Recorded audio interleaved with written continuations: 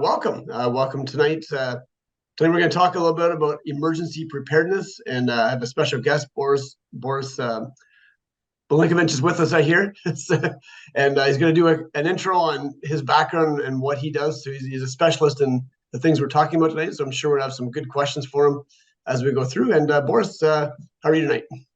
I'm doing great, James. Thanks. Awesome. Thanks very much for having me.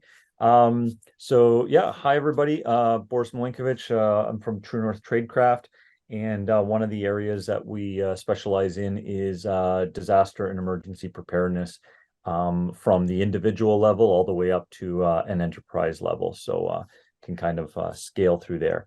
Just a quick kind of intro about myself. I guess what I do at True North Tradecraft is I help people of all types avoid or escape from scary situations at home and abroad.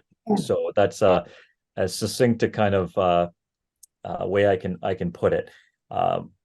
We did a little bit of a seminar thing with you a little while ago, James, and it was great. We got to touch on all kinds of different skill sets. The one I presented was restraint escape, which we're doing a bit more of in January. So I'm Yes, excited. I can't wait for that.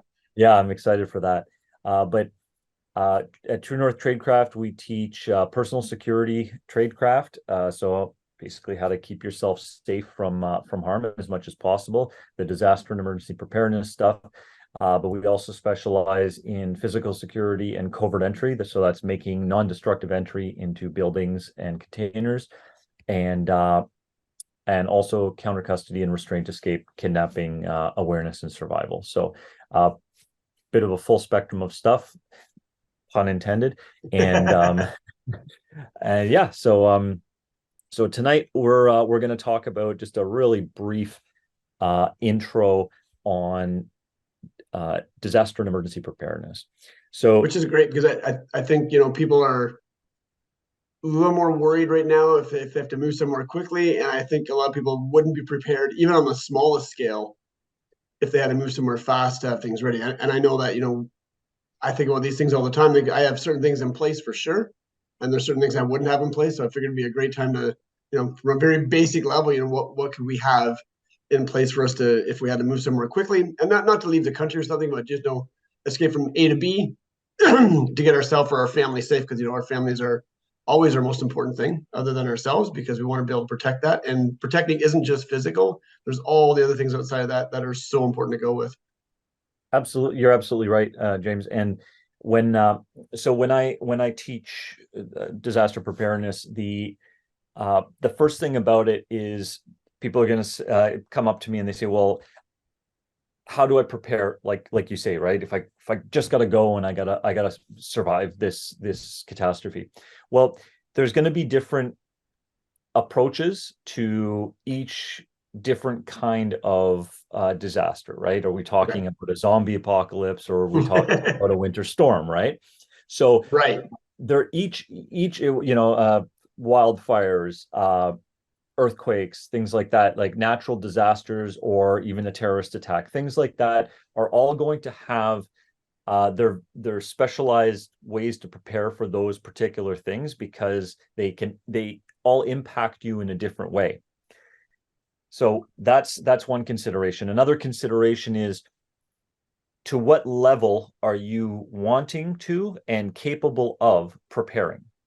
Right. So I can, someone with an unlimited budget, I can build you an underground missile silo that's been converted to survive the zombie apocalypse, right? If money is no object, I know how to, I can make that happen. The problem is that most people don't fit into that category. So, what I've done is I've created a system where it's principles based, and the principles of disaster preparedness are going to be adaptable to whatever your personal situation is. So whether or not you live in a basement apartment or a condo, or you have your own home in the city or out of the city in a suburban area, or you live on a big farm, or you live way out in the wilderness, the principles of preparedness are going to remain the same. The difference is going to come in, again, your budget and how much you're wanting to what level you want to build that to, right? And in that preparedness, you will have to start making decisions on your lifestyle. The higher level preparedness that you get, your life will have to start to tweak to be able to support that, versus you just go out, you buy a pallet full of freeze-dried food and you think that that's the end of it. There's far too many variables to try and account for all those things for like a turnkey solution, so to speak. So what I recommend is, first thing is you got to figure out what it is you want to achieve, like, and do an audit. That audit is going to include things like, what are the threats or hazards in your area that you are most concerned with? Generally, us here in Southern Ontario, we're looking at winter storm is kind of our first. It's the most likely to happen and can have pretty serious consequences. There are people, what was it, a couple years back in they're on the, was it the 412, I think, that goes into Sarnia, and Yes. the big winter storm, and people actually died in their cars from the winter storm because they were snowed in, and it took like 2 days for emergency responders and snowplows to get to them. Yes. The so when I think about preparedness, that's my kind of start. Okay, as I'm like, if I can survive in, through a winter storm, whether I'm at home or in my vehicle, then I'm in a good starting position. Okay. Um, and one way to think about that is, uh, what happens if you go to your house or wherever you live, your condo, and you hit the breaker and you kill all the power to the unit? That is a good way to figure out what you're going to be missing, because power Right. outages are going to be the first thing to go in a winter storm or in a summer storm where there's a lot of rain. A transformer gets flooded and blows up, right? So if you can start preparing for that to be able to deal with 3-4 days with under those circumstances, you're going to be in a really good position to move beyond that later on. Okay. So start looking at what are you trying to replace during that disaster. Okay. So if we're taking a look at a winter storm, generally we're going to be staying put. So that is one side of things. If we're looking at something like a wildfire, or we know we live on the coast or something and there's a hurricane coming, then we have to look at a different kind of preparedness where we're going mobile to leave the area and to go to a safe location until that has passed. Okay. So that would be what the prepper community calls bugging out. Okay. But that's, we have to start somewhere. So because you're going to spend most of your time at your home, because that's where all your resources are generally going to be located, and you're going to be the most comfortable, that is where you want to start. You want to start doing your audit of your home, and you're going to start looking at things like, um, if the power goes out, where are you getting your water from? Water is going to be your key thing, right? So some condos, when the power is out, you turn the tap, nothing happens because the building Right. doesn't have pumps, right? So pumps running, and they may or may not have a backup generator for 12 hours or something, right? So knowing that information allows you to start planning to go without. Uh, Right. so if you're by yourself, you can say, I need this much water every day to drink. I need this much water every day to cook my food. I need this much water to flush my toilet. Okay, so that's another, Right. like, sanitation and stuff like that. Um, Especially in apartments and condos, because there's no power, you won't have water and you won't have sanitation at all either. You'll have, the tank will work, but because it won't be refilling, you're going to have to figure out another means, right? So Right. that audit is really important. That kind of assessment of um, where you're at versus where you want to be, has to be done from the get-go. So once you have that, you understand what your hazards are that you're preparing for, what your available resources are, and taking stock of what you already have. That will put you in a good position to start making a plan as to how you're going to reach that level of preparedness you're looking for. Okay. Right. That makes complete sense. Yeah. So, um, Now there's companies out there that will sell like a 72-hour bag, this you'll survive with this. And it's like, a pre-made bug out bag. I'm not fond of those simply because everybody's situation is going to be different, and very few pre-made materials like that are going to be able to fulfill everybody's specific needs. So when I talk about it, I look at, again, the principle of it, and we need to achieve this objective. And there's a lot of different ways to achieve that objective that will work within your means and your budget and your capabilities. Okay. Right. So that that's what that's the approach that I would take. So once we've established that audit and we know what we have to work with and what we're preparing for, then we're going to make a plan, identifying all the resources that we're going to have to basically backstop. So water, heat, if there's no electricity, do you have a wood stove, for instance, right? So if Right. you're in a place or a fireplace in your home without heat, but you have a pile of wood in the back, you've now prepared for that eventuality, and you can still heat your home. You won't die from freezing, right? And you can still, your pipes won't burst and all that sort of stuff in the middle of a winter storm. Yeah, So because like I live on a farm, so all the thing like the pump, if power goes out, we lose that part. We do have a fireplace in the house, so that is definitely going to be our heat source. And there's always wood at this time of the year that we could really get to make that happen. But yeah, yeah, it's just simple. I mean, those two things, water and heat, are super important in the middle of winter, especially yeah, if it's like an ice storm and things are up for more than 2-3 days. and especially so for your pump. So like I have a cottage, so um my pump, I can actually grab a power pack and plug my pump into it, so my pump will still keep working, right? Right. And that power pack I can then charge through a solar panel. Nice. So even in a winter storm, I can still power my water. I still have a wood stove and I have a pile of firewood. So I know that I won't freeze to death. I'll have running water for drinking, for cooking, and for sanitation. And I can back up a lot of things. So a generator, for instance, if you have the means, if you live, Which, yeah, we definitely have a generator yeah. as well. So that now you've now prepared and you have extra gas and stuff. You've now identified one of the areas that you're vulnerable in, and that's the electricity part. It's now you have a means to backfill that and address it. So once that's checked off, now that part is dealt with, and then you're going to look at, well, how much extra water do you have stored? So maybe you want to have a supply of water if you don't have a pump or whatever and the means to it. So again, I look at kind of city dwellers and stuff like that. If you're in a condo or an apartment, you can't run a generator that's going to run your water pump, right? No.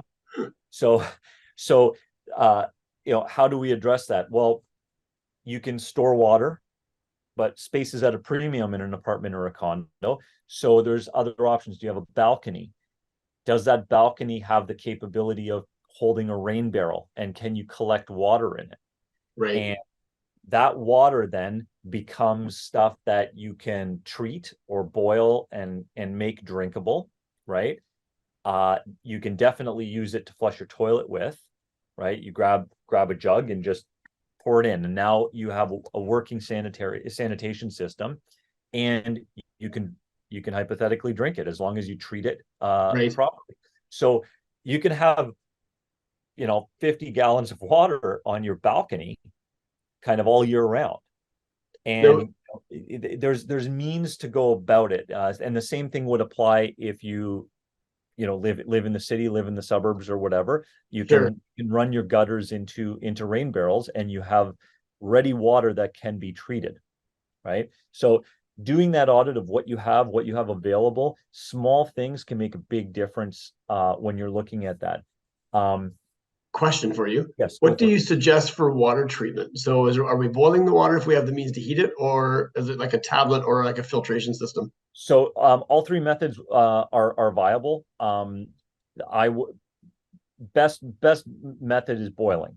Okay, Sure. so Yeah. boiling the water, 2 minutes at a rolling boil, will kill any parasites or pathogens in there. Okay, and it make it potable. Um, if you have that, there's like other water filters like I know Berkey's are kind of like they're well known, but they're now kind of controversial because some of their test results from their filters came back not that great. But there's similar types of charcoal filter, gravity filter type Right. filters. You can pour that rainwater in there, and that's gonna filter through, and you can drink it from there through a filtration system. Okay. Others like Sawyer. Sawyer makes a like great filters. You can plug them into these like gravity fed bags. You can put like 5 liters in at a time or whatever, and it'll gravity feed through the filter, and you have Nice. drinking water. So Okay. there's a lot of different versions. There's tablets that will purify it. You put it in a like a liter or 2 liter bottle, and you shake it up. You give it 20 minutes, and you can drink. Right. Iodine drops. There's bleach drops. There's various methods to treat your water. And they're all effective to kill off bacteria and pathogens, but boiling is going to be your best, followed by a really robust filtration means. Perfect. No, that sounds great. But so if we skip gears to my house and say we were in a winter storm or something in our car, what would be some of the essentials that you would have in your car that you travel with to help you out in a situation where you may be stuck somewhere or somebody else might be in trouble? What would be some good starter things to have in a vehicle? Because I know that everybody drives, and I know Yeah, that most people don't have enough stuff in their car to survive a day, let alone a yeah. couple. So I recently went through this exercise myself because when I get my tires changed over for winter tires, I restock my truck to make sure that I have what I need from a survival standpoint. So here's the first thing: get winter tires on your car. If you live in a place that's prone to snow and ice, get winter tires. From a safety perspective, you want to make that investment. Second thing, just like with your home, you want to do an audit of your vehicle, right? Not Right. everybody's going to have like a huge Yukon or something that they can haul gear around in, right? That you might have a little Honda Civic or something like that, right? Or God forbid, something like, a smart car. So you're not Right. really you have to, again, you have to look at what your you got to do the audit, and you got to look at what you're preparing for. Do you Right. stick in the city?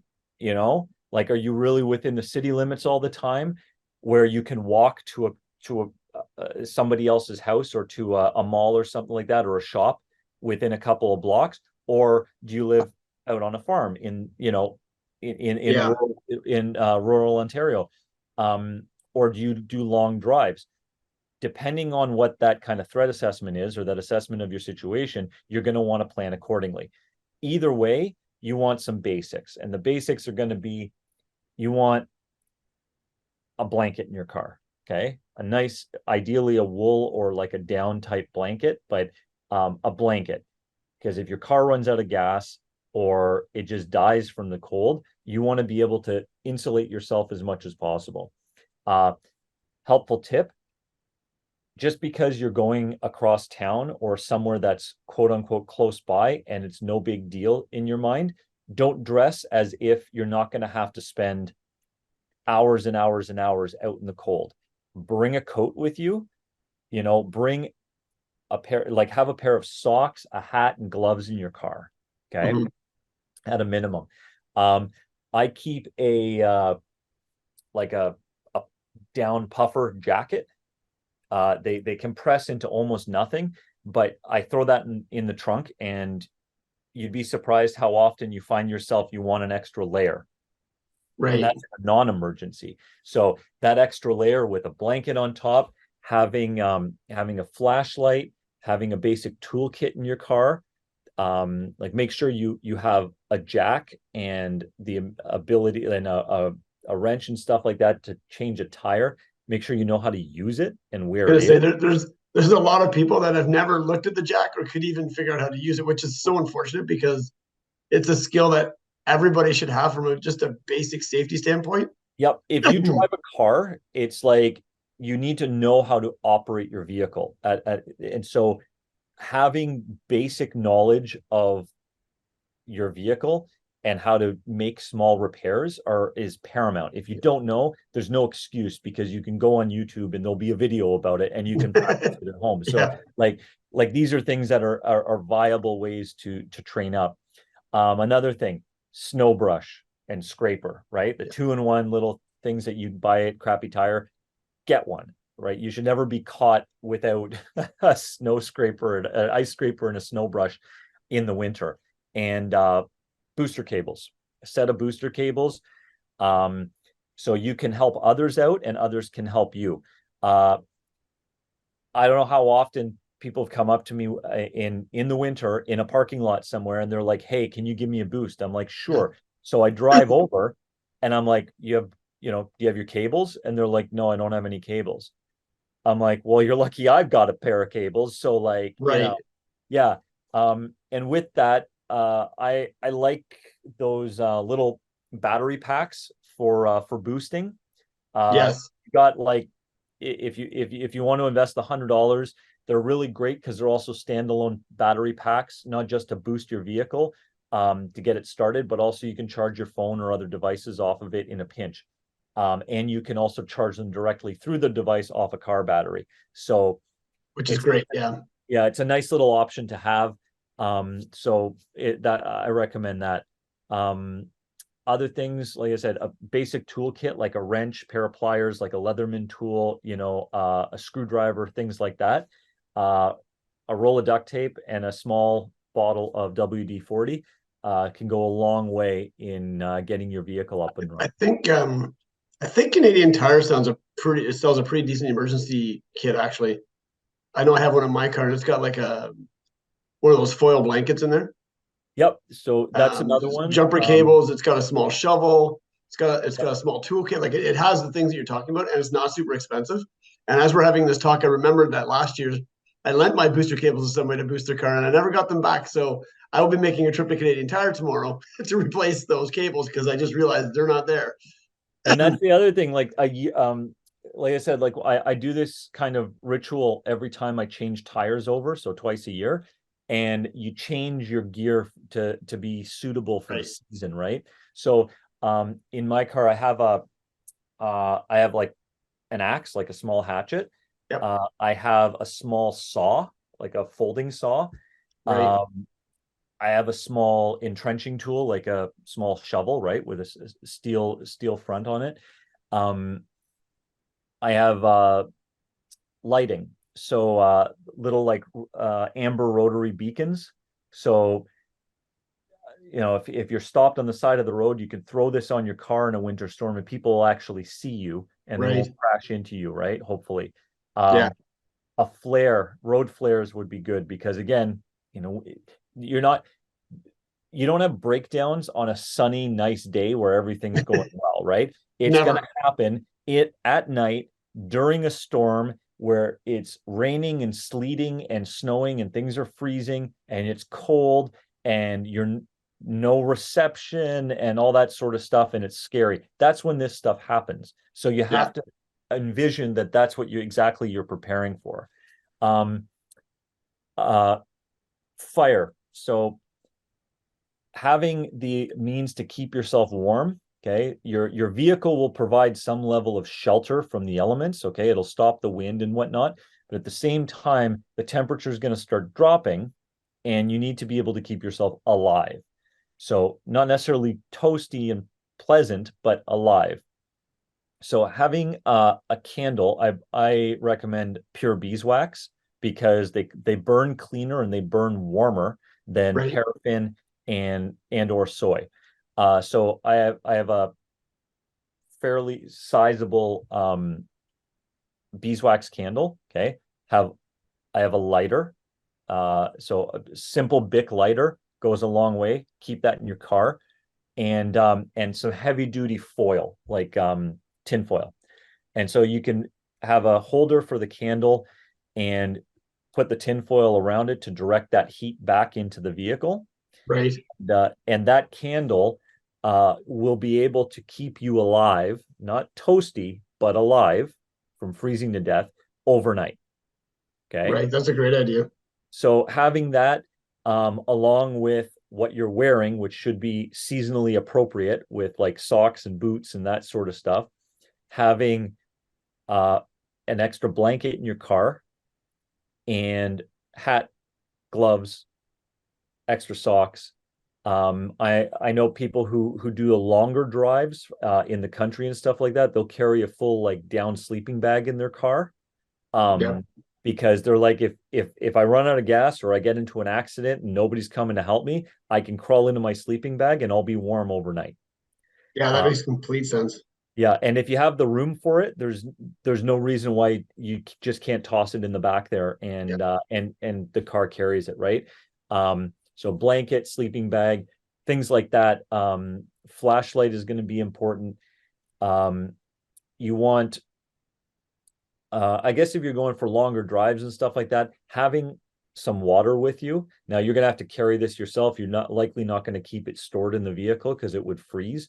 But Right. if you carry like a big Nalgene bottle when you go, you're going for a drive somewhere, throw Sure. that in there, and now you have water. And you can keep a couple other things like drink mixes or something like that, little like pouches or whatever somewhere in your car, and you can all put this together with some first aid supplies, Yeah. uh, and you have a robust means to increase your odds of survival through something like a winter storm, um, versus somebody else. And the benefit to having all that is oftentimes you may be more likely to come across somebody that's in that situation, and you might be able to render aid to them because you have supplies, you have gear, you have something that you're able to help them with, right? Yeah, that's um, very true. like if you come across a car accident or something like that, they may not be able to help themselves, so if you have a first aid kit, you can give them first aid. If you have a blanket or a sleeping bag and they don't, you can help them prevent shock and hypothermia, right? Um, if you really want to ratchet it up, you can have like a small little like stove and like a metal cup or something like that, so you can make a hot drink or something like that. But that Right.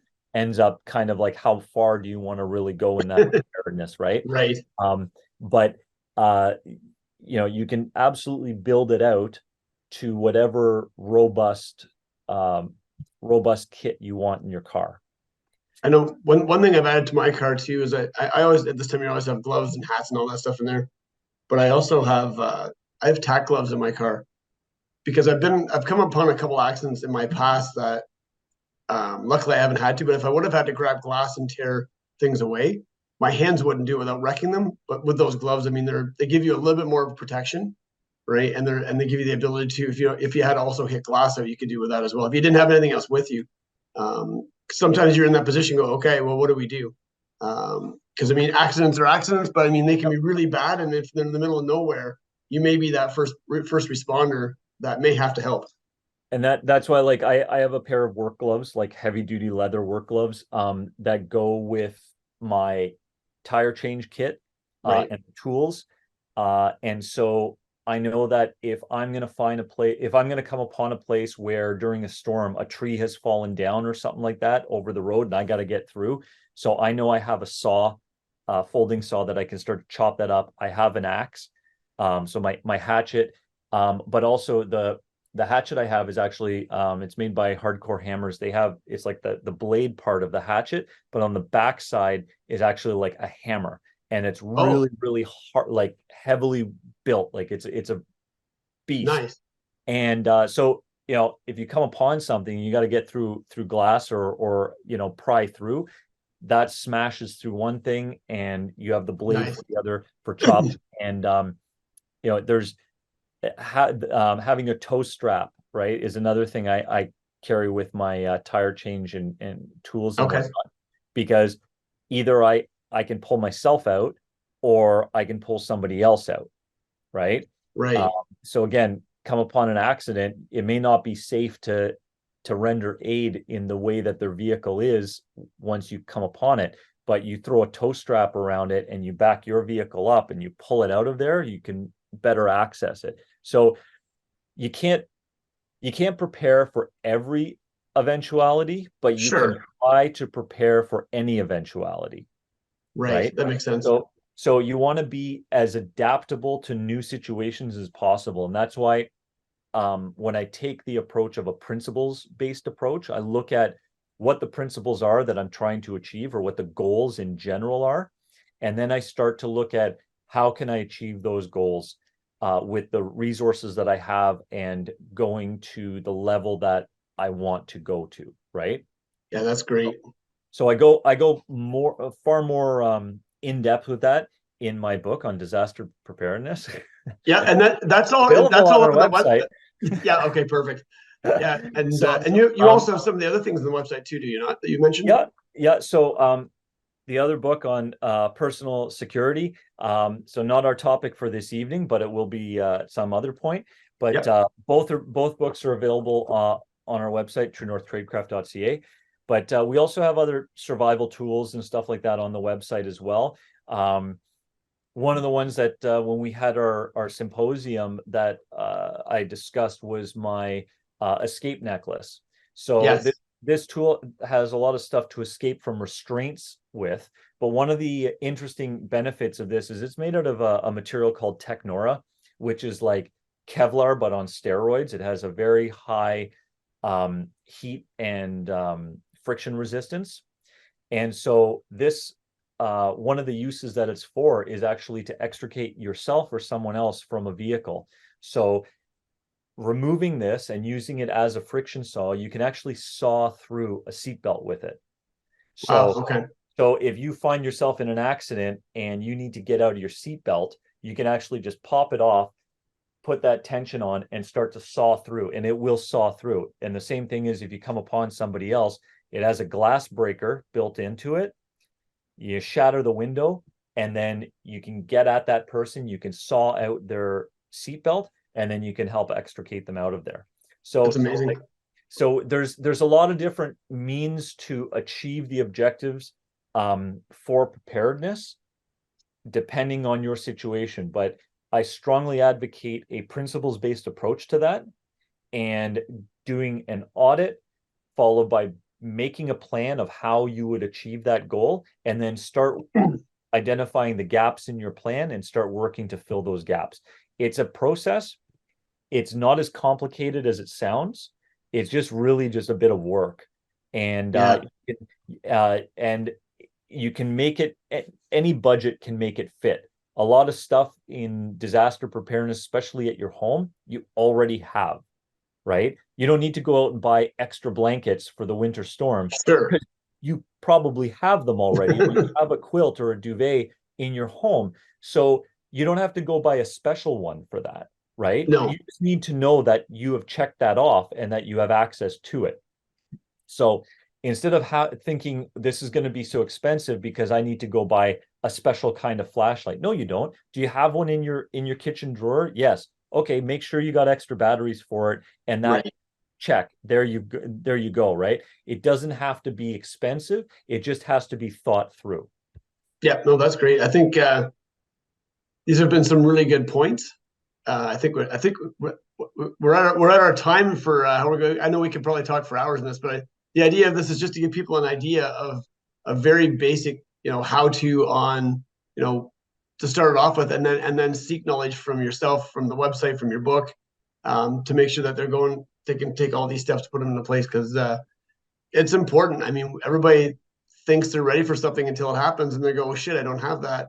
And Yep, I don't have this, and then it's too late, right? It's no different than personal protection and safety, right? exactly. Everybody's like, it's never going to happen to me, and then when it does, you go, oh man, I should have done these things. Like, well, guess what? You should have, but now it's too late, right? And it doesn't have to be, you don't got to be the next Rambo. You just got to know some very simple things, and then you can base your training to do more than that, or even for preparedness, some basic things to start with, and then grow from there. Basics work. The basics work well as long as you are focused on establishing those basics. it's going to put you miles ahead of others. If you Yeah. remember a couple of years ago over Christmas holidays, most of Toronto was like frozen in because of Yeah. an ice storm, and hundreds of thousands of people without power over Yeah. Christmas for like a week. And the talk was that we never thought this could happen. It's a winter storm. Of course it can Yes. happen. But nobody ever wanted to take the two, the two brain cells to, bang them off one another and think to themselves, maybe we should do something about this. They've been saying this huge storm is coming in.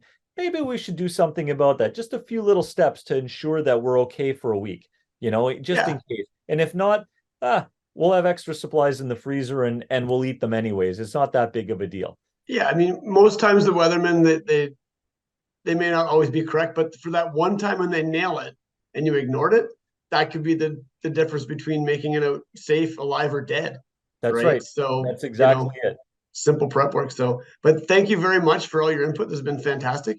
My pleasure. And everybody on the site will enjoy it. And we will be connecting again soon. I know we have our seminar coming up in January Looking on forward to it. counter custody, and we're doing some knife stuff, I do believe. Yep. And yeah, I'm looking very forward to that. So thanks again, Boris, and we will Thank- be in touch soon. Thanks for having me, James, and take care, everybody. Stay safe.